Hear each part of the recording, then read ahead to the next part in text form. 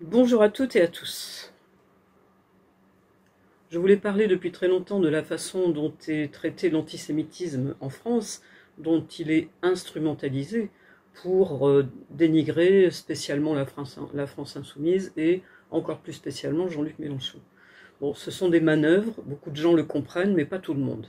On voit encore des gens qui disent « vous êtes antisémite ». Ben non. Et je vais déjà donner quelques phrases extrêmement simples que tout le monde sait qu'elles sont justes. Tous les gens qui nous accusent d'antisémitisme savent que ces phrases sont vraies. Donc les phrases que je veux dire sont très simples. Tous les sionistes ne sont pas juifs. Il y a des sionistes chrétiens, notamment aux États-Unis. Tous les juifs ne sont pas sionistes. Tous les Israéliens ne sont pas juifs. Il y a des chrétiens et des musulmans qui sont israéliens. Tous les juifs ne sont pas israéliens. Et tous les juifs n'ont pas envie d'être israéliens. Donc ça, ce sont des vérités. Quand on critique Netanyahou, on ne critique pas les juifs. On ne le critique même pas parce qu'il est juif. D'ailleurs, il paraît qu'il est très peu pratiquant, voire pas du tout. Donc critiquer Netanyahou, ça n'est pas critiquer les juifs. Par contre, on a le droit de critiquer les personnes qui, en France, défendent Netanyahou et valident le fait qu'il est en train d'assassiner tout le monde à Gaza. Si on critique ces gens-là, on ne les critique pas parce qu'ils sont juifs. D'ailleurs, il y en a qui ne sont pas juifs et qui soutiennent Netanyahou. On les critique parce qu'ils soutiennent un assassin. Voilà, ça c'est encore une vérité. On ne critique pas la religion d'un chef d'État, ni ses coreligionnaires. On critique ce que le chef d'État fait. Voilà, tout ça, ce sont des réalités et tout le monde les connaît. Tout le monde le sait. Il y a beaucoup de juifs qui ne sont pas d'accord qu'on les associe au crime de Netanyahou, juste parce qu'ils seraient juifs. Nous, c'est pas ce qu'on fait. Jamais, vous n'avez jamais entendu ni Mélenchon, ni qui que ce soit à la France insoumise dire que tous les juifs étaient les complices de Netanyahou. Personne n'a jamais dit ça. Personne. Mais eux, en fait, c'est ce qu'ils font. Tous les sionistes voudraient que tous les juifs soient complices de Netanyahou. Et ce n'est pas le cas. Donc nous, on ne critique pas les juifs, on n'a rien contre les juifs, ils ont bien la vie qu'ils veulent, ils ont la religion qu'ils veulent, on s'en fiche totalement. D'ailleurs, il y en a beaucoup qui sont très peu pratiquants. Mais ce qu'on critique, c'est la politique de Netanyahou. C'est quand même assez facile à comprendre. Les associations juives en France, c'est pareil. Le CRIF ne représente pas tous les juifs de France. Les jeunes, il y a une association qui s'appelle les jeunes juifs ou quelque chose comme ça, qui sont extrêmement virulents et qui ont été jusqu'à attaquer l'Union juive française pour la paix. Ils ont porté plainte contre l'Union juive française pour la paix pour apologie du terrorisme. Alors là, on marche sur la tête. Ils n'ont pas osé les attaquer pour antisémitisme, puisqu'ils sont juifs aussi. Mais ils les attaquent pour apologie du terrorisme. Tout ça parce qu'ils ont dénoncé les agissements de Netanyahou et de son armée contre la Palestine. Voilà, donc il y a énormément de choses quand même qui ne tiennent pas debout dans les accusations qu'on nous fait. Alors bon, j'ai assez parlé. Je vais laisser parler Emmanuel Todd, qui, lui, pour moi, a fait la déclaration la plus intelligente que j'ai jamais entendue sur le sujet. Emmanuel Todd, qui précise bien qu'il est d'origine juive. Donc on ne peut pas l'accuser d'antisémitisme.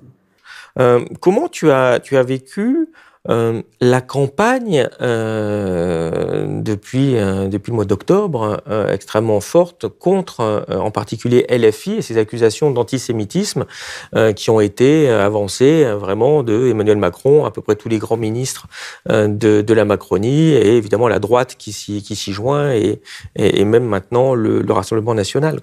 Alors, je préfère partir de ma perception générale, je veux dire de ma façon personnelle d'identifier un risque antisémite.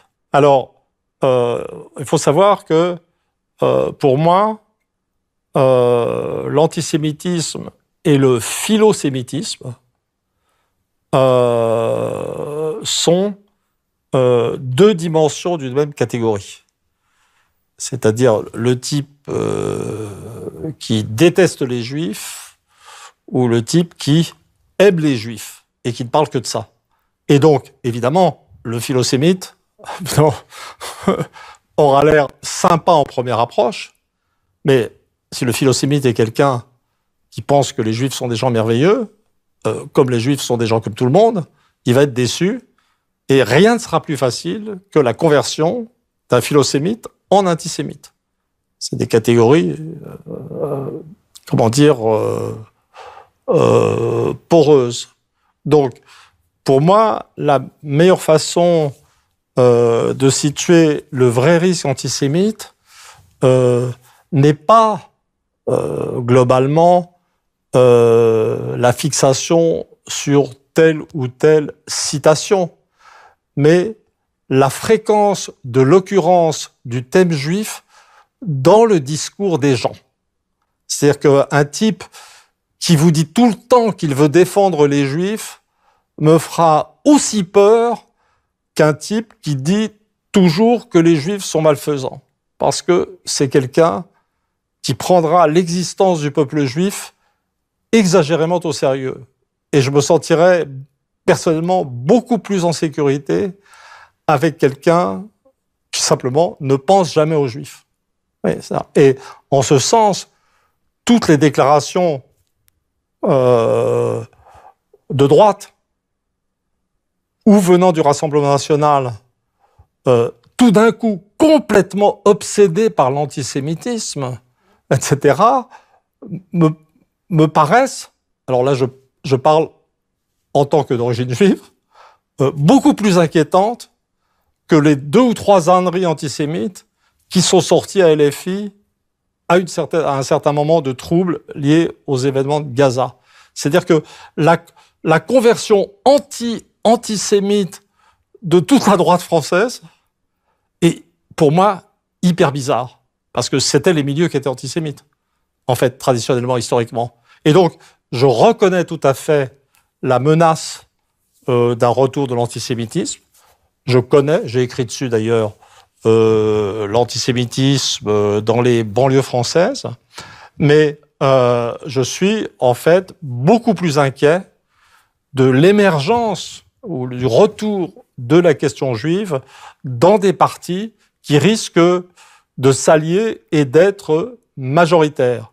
Et je vais vous dire franchement, honnêtement, si la Wehrmacht revient dans Paris, je vais me cacher chez un militant LFI plutôt que chez un militant de la droite classique ou du Front National.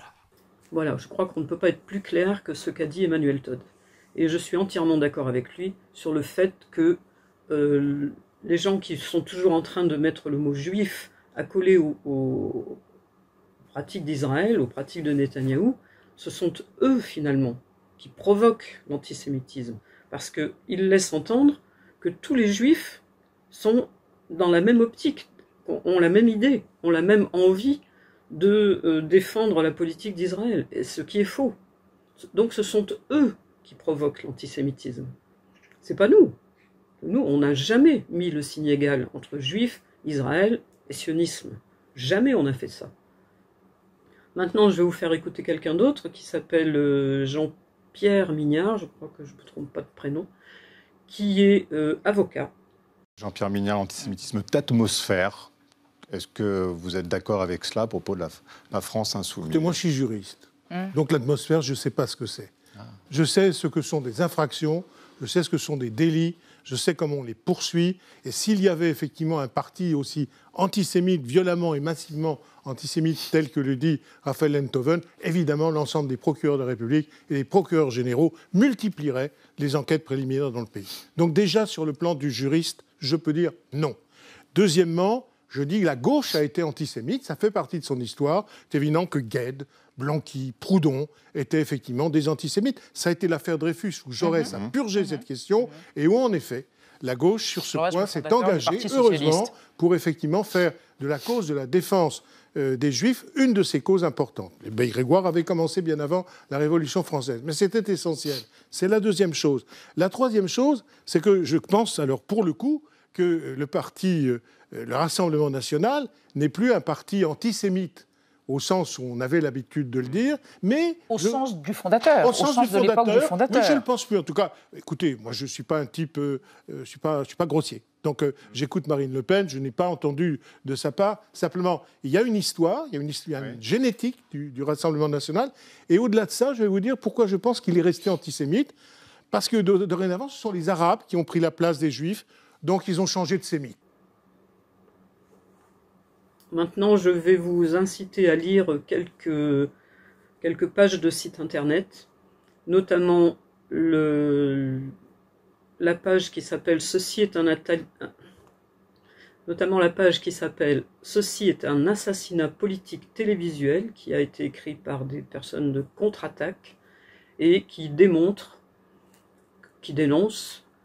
l'instrumentalisation odieuse qui est faite contre la France insoumise et contre Jean-Luc Mélenchon, pas seulement avec l'antisémitisme, avec toutes sortes d'accusations pro-Hamas, ce qui n'est pas vrai, parce que si on était pro-Hamas, on applaudirait l'acte du Hamas le 7 octobre, ce qui n'est pas le cas, puisqu'on a dénoncé un crime de guerre. Le fait de ne pas employer le mot terroriste, qu'on a employé quand même pour l'acte du 7 octobre, mais pas pour l'identification du groupe Hamas, on n'emploie pas le mot terroriste parce qu'il n'est pas déclaré terroriste dans le droit international. Et que la France insoumise, tout comme l'Union juive française pour la paix, se réfère toujours au droit international. Donc, puisque je parle de l'Union juive française pour la paix, il faut lire leur article qui dit « Plutôt Hitler que le Front populaire ». Et là, ils se demandent comment il se fait que des juifs comme Klarsfeld, qui pourtant a combattu toute sa vie contre les nazis, se met tout d'un coup à défendre le Rassemblement national plutôt que le Front populaire. Et je vous recommande encore une fois, je l'avais fait dans une autre vidéo, de regarder la conférence de Pierre Stambul, qui pour moi a été quelque chose d'assez important, parce que bon, je ne suis pas juive, je connais l'histoire de la Shoah, mais je ne connais pas l'histoire, je ne connaissais pas, maintenant j'arrive à la connaître un peu mieux, avec les événements on se renseigne, je ne connaissais pas l'histoire vraiment de la création d'Israël, du sionisme et de tout ça. Donc Pierre Stambul, qui a vécu en Israël, qui est juif, est très pointu sur le sujet et explique en détail toute l'histoire. Donc c'est vraiment intéressant et important de l'écouter. À mon avis, c'est peut-être la vidéo la plus importante sur le sujet parce qu'elle parle à peu près de tout. Voilà. Donc maintenant, l'important est d'aller voter ce dimanche, puis le dimanche d'après, de bien faire attention aux mensonges des uns et des autres. On a eu 2 débats là, j'ai pas regardé celui d'hier soir avec Olivier Faure, mais j'ai regardé celui avec Manuel Bompard, qui a été excellent, s'est pas énervé, il a laissé les 2 autres s'entre-mordre, et lui, quand il avait la parole, il l'a prise de façon calme, sereine, et il a pu dire il a pu détailler le programme du nouveau Front populaire de façon claire et concise. Le gouvernement, ce qu'il a fait avant, c'est un désastre, on voit où on en est. Le Rassemblement national, ce qu'ils ont fait avant, c'est ce qu'ils ont voté à l'Assemblée, donc c'est facile à retrouver. Ce qu'ils ont voté à l'Assemblée européenne, où Bardella mettait quasiment jamais les pieds, et à l'Assemblée française, où ils ont voté contre l'augmentation du SMIC, contre le retour à l'ISF, contre toutes les lois en fait qui pouvaient arranger le peuple, et pour toutes les lois qui en fait arrangeaient toujours les plus riches. Voilà, les dirigeants et les plus riches. Voilà, donc votez bien dimanche, c'est tout ce que je peux dire. On verra le résultat. Pour l'instant, moi je ne fais pas de pronostic, j'ai pas de boule de cristal. J'espère, ce qui n'est pas un pronostic, que le nouveau Front populaire aura une majorité absolue, c'est ce qu'il faudrait. Après, on verra bien qui dirigera le pays. Voilà. Bon week-end à tous.